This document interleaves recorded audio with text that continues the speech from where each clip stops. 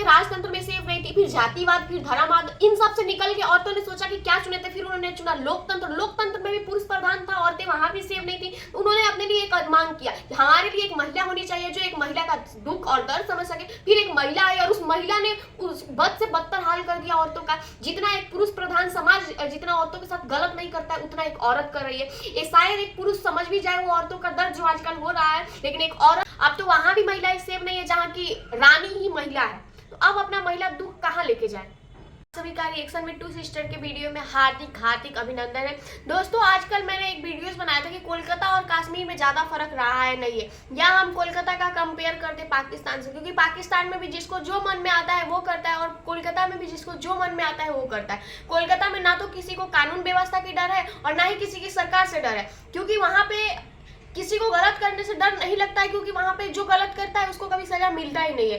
फिर चाहे उसका पॉलिटिकल से कनेक्शन हो या ना हो, या वो नॉर्मल आदमी हो, पॉलिटिकल पार्टी का हो, अमीर बिजनेसमैन का लड़का हो, या चाहे कोई भी या पुलिस अधिकारी हो, उसको कभी डर ही नहीं लगता। कोलकाता में अगर कोई डरता है, या यूं बोले पूरे भारत में अगर कोई डरता है कानून व्यवस्था से, तो वो आदमी जिसके साथ गलत होता है या वो जो कुछ गलत नहीं करता है, क्योंकि गलत करने वाले नहीं डरते। हमारे भारत में कानून व्यवस्था सिर्फ और सिर्फ गरीब लोगों के लिए है, या उन लोगों के लिए है जिनका कोई पॉलिटिकल पार्टी से कनेक्शन नहीं है, या बड़े लोगों से कनेक्शन नहीं है, जिनके पास इतने पैसे नहीं है कि अपने लिए एक बड़ा वकील हायर कर ले किसी की झूठे केस से निकल सके। और जो गलत करते हैं उसके लिए तो कोई कानून व्यवस्था है ही नहीं। कभी कभी तो मुझे ये लगता है कि ये लोकतंत्र, सारे लोग बराबर है, सबको न्याय मिलेगा, भारत में सभी लोग समान है, ये सिर्फ फैंसी बातें हैं।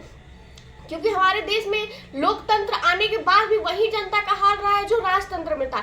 आज भी अमीर आदमी और अमीर होता जा रहा है, और गरीब आदमी गरीब है, और गरीब आदमी के साथ आज भी अत्याचार हो रहा है, औरतों के साथ भी अत्याचार हो रहा है। कुछ लोग जो है धर्मवाद के लिए बोलते हैं कि मनुस्मृति था, या सनातन धर्म में औरतों के साथ बुरा होता था, या जब राजतंत्र था तब औरतों के साथ बुरा होता था। ये तो लोकतंत्र है, और ये वो लोकतंत्र है जहाँ लड़कियां कहीं सेफ नहीं है। चलो, अगर इंसान सड़क पे सेफ नहीं है, काम करने वाले जगह पे सेफ नहीं है, हॉस्पिटल में सेफ नहीं, क्या कॉलेज में भी कोई सेफ नहीं है? वहां अभी कोलकाता में जो रेप कांड हुआ है वो ग्रुप रेप कांड हुआ है, और मैं उसमें बता दूं उसमें जो अपराधी है उसमें से 2 है, एक 19 साल का है, एक 20 साल का है, एक 31 साल का है। चलो, मैं 31 साल वाले का समझ में आती हूँ। वो 19 और 20 साल वाले लड़के जो अभी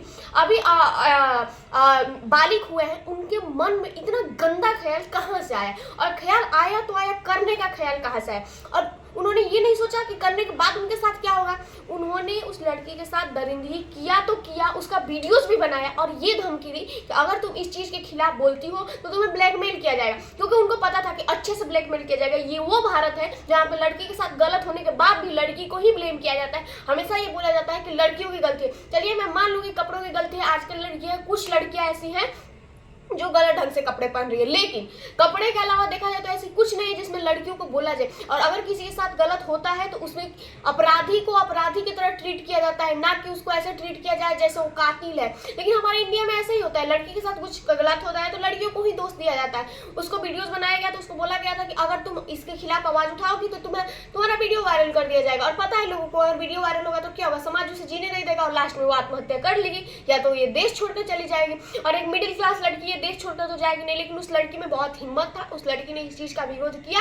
लेकिन मुझे लगता है कि उसको ये विरोध करने का कोई फायदा होगा नहीं, क्योंकि उसमें जो मेन अपराधी है ना, उसका पॉलिटिकल पार्टी से बहुत एक पुराना पार्टी है। बोला जाए तो पॉलिटिक्स का बहुत पुराना पार्टी है, जिसके सदियों से दादा परदादा नाना ने राज करते आए हैं। आप लोग समझ सकते हैं मैं किस पार्टी की बात कर रही हूँ। उस पार्टी से मतलब उसका जुड़ा हुआ है, ठीक है। बाकी 19-20 साल के लड़के हैं, उनके पिता मजदूर हैं, लेकिन वो लोग जो मुख्य आरोपी है ना, उससे जुड़े हुए, तो सबको मालूम है कि आज नहीं तो कल वो बाहर आ ही जाएगा। यहाँ तक कि जो अपराधी के पिता है, उनसे पूछा गया कि क्या आपके बेटे ने गलत किया? उन्होंने बोला कि मेरा बेटा गलत होगा तो उसको सजा मिले। भारत में बहुत कम ऐसे पेरेंट्स हैं जो अपने बच्चों की गलती नहीं छुपाते, तो लाखों ऐसे लोग ऐसे पेरेंट्स हैं जो अपने बच्चों की गलती छिपाते हैं। तो मैं ये पूछना चाहती हूँ कि क्या भारत में लड़कियां कहाँ जाए? अब कॉलेज भी ना जाए? मतलब साफ साफ इस भारत में जंगल राज हो गया है। कि लड़कियां ना कॉलेज जा सकती है, ना हॉस्पिटल जा सकती है, ना सड़क पे बाहर निकल सकती है, और रहे तो रहेगा। आजकल तो घर में भी हो जा रहा है, अपना पिता ही बेटी के साथ ऐसे कांड कर ले रहा है, या माँ ही छोड़कर चली जा रही है, माँ ही करवा रही है। बहुत सारी ऐसी घटनाएं हैं जिसमें माँ ही अपनी बेटी को ये सब चीजें करवा रही है या करने में मजबूर कर रही है। तो लड़कियां जाए तो जाए कहाँ? और अगर ये लोकतंत्र देश है तो इस लोकतंत्र देश में लड़कियां आजाद क्यों नहीं है? लड़कियों के साथ गलत करने वालों को सजा क्यों नहीं मिलती है? वहां पे सिंपल सी बात है, पूरा का पूरा रेप कांड इसलिए हुआ है क्योंकि जो वो लड़का था, उसका नाम था मनोजीत मिश्रा, वो लड़की को शादी करने के लिए प्रपोज किया था। लड़की ने मना कर दिया था, इसलिए उसने उसके साथ ऐसा किया। उसने बहुत माफी मांगा उससे, उसने बहुत रिक्वेस्ट किया कि मुझे मत करो। अच्छा, मैं एक तो चीज पूछना चाहती हूँ, जितने भी लड़के हैं कि लाखों लड़के ऐसे हैं जो सड़क चलते, कभी दुकान पे, कभी सड़क चलते, कभी कॉलेज, कभी कहीं ना कहीं किसी न किसी लड़की को प्रपोज करते। तो उस हिसाब से अगर वो लड़की मना कर दे तो वो लोग उसके साथ ऐसा करते। तो लाखों लड़के प्रपोज करते हैं, तो कितने लड़कों से शादी करें लड़कियां? मैं पूछना चाहती हूँ, कितने लड़कों से शादी कर ले लड़कियां? नहीं, 14-15 लोग प्रपोज करेंगे तो 14-15 लड़कियों से शादी कर ले। और अगर वो शादी नहीं करती, मानसिकता इनकी देखो, अगर वो शादी नहीं करती है तो ये लोग उसके साथ गलत करेंगे, ये लोग उसका इज्जत खराब कर देंगे।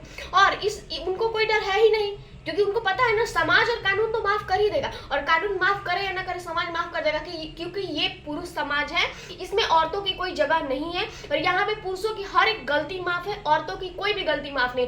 आजकल 2-4 पति क्या मारा गए, सारे ट्रेंड पे चल रहा है कि बेटी बचाना छोड़ो, बेटों को बचाओ, लड़कियां गलत हो रही हैं, लड़कियों को अब पता चला कि लड़कियों को घर में क्यों रखा जाता था। तो भाई जो ये सब बातें बोल रहे हैं वो ये मामले पे भी आए ना बोलने कि लड़कियों के साथ गलत हो रहा है, लड़कों को संभाल के रखो, लड़कों को सोच सही रखो। लेकिन कोई नहीं आएगा, क्यों? क्योंकि ये पुरुष समाज जैसे देखे, बहुत साल पहले किसी ने कहा था कि ये भारत में औरतें और जानवर सेफ नहीं है। बॉलीवुड एक्ट्रेस है, बहुत मशहूर एक्ट्रेस है जॉन इब्राहिम, उन्होंने कहा था कि भारत में जानवर, औरत और गरीब इंसान सेफ नहीं है। और उन्होंने क्या देखकर और क्या सोचकर ये बात कहा था, आज पूरी की पूरी तरह पानी की तरह हो गया कि क्यों उन्होंने कहा था। सच बात है, आज के डेट में लड़कियां सेफ नहीं है। कभी दिल्ली से गई हुई लड़की का लाश उत्तराखंड में मिलता है, कभी छत के 5वें ताला